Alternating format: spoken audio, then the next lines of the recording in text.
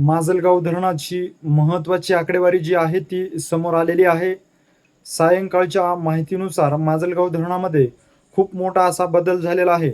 नेमकं माजलगाव धरणामध्ये सध्या काय बदल झालेला आहे, तेच आपण यापुढील व्हिडिओच्या माध्यमातून पाहूया.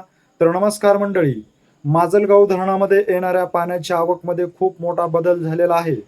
कारण जायकवाडीच्या धरणातून गेल्या काही दिवसापासून माजलगावच्या धरणामध्ये 1300 क्युसेसने पाण्याचा विसर्ग सुरू होता. परंतु ह्या विसर्गामध्ये घट झाली असल्याची आलेल्या समोरच्या आकडेवारीतून आपल्याला पाहण्यास मिळालेलं आहे. सध्या माजलगाव धरणामध्ये जायकवाडीच्या धरणातून केवळ 1200 क्युसेसने पाण्याचा विसर्ग सध्या चालू असल्याचे या आकडेवारीमध्ये सांगण्यात आलेलं आहे. 100 क्युसेसने पाण्यामध्ये घट झालेली आहे. कारण जर पाहिलं तर जायकवाडीच्या धरणामध्ये येणाऱ्या पाण्याच्या आवकमध्ये घट झाल्यामुळे उजव्या कालव्यात विसर्ग जो आहे त्या विसर्गामध्ये घट केली असल्याचं सांगितलं जात आहे. माजलगावचं धरण जे आहे ते सध्या 23 ऑगस्टच्या आकडेवारीनुसार 23.03% इतकं भरलं असल्याचं या आकडेवारीमध्ये सांगण्यात आलेलं आहे.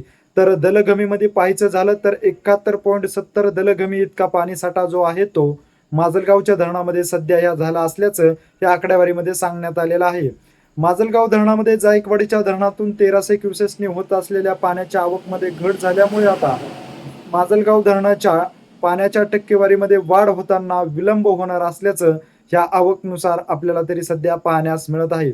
माजलगाव धरण क्षेत्रामध्ये सध्या पाऊस होत नसल्यामुळे माजलगाव धरणाची वाढती टक्केवारी सर्व जी आहे ती पूर्णपणे जायकवाडीच्या धरणातून येणाऱ्या पाण्याच्या आवकवरच अवलंबून असल्याचं सांगितलं जात आहे.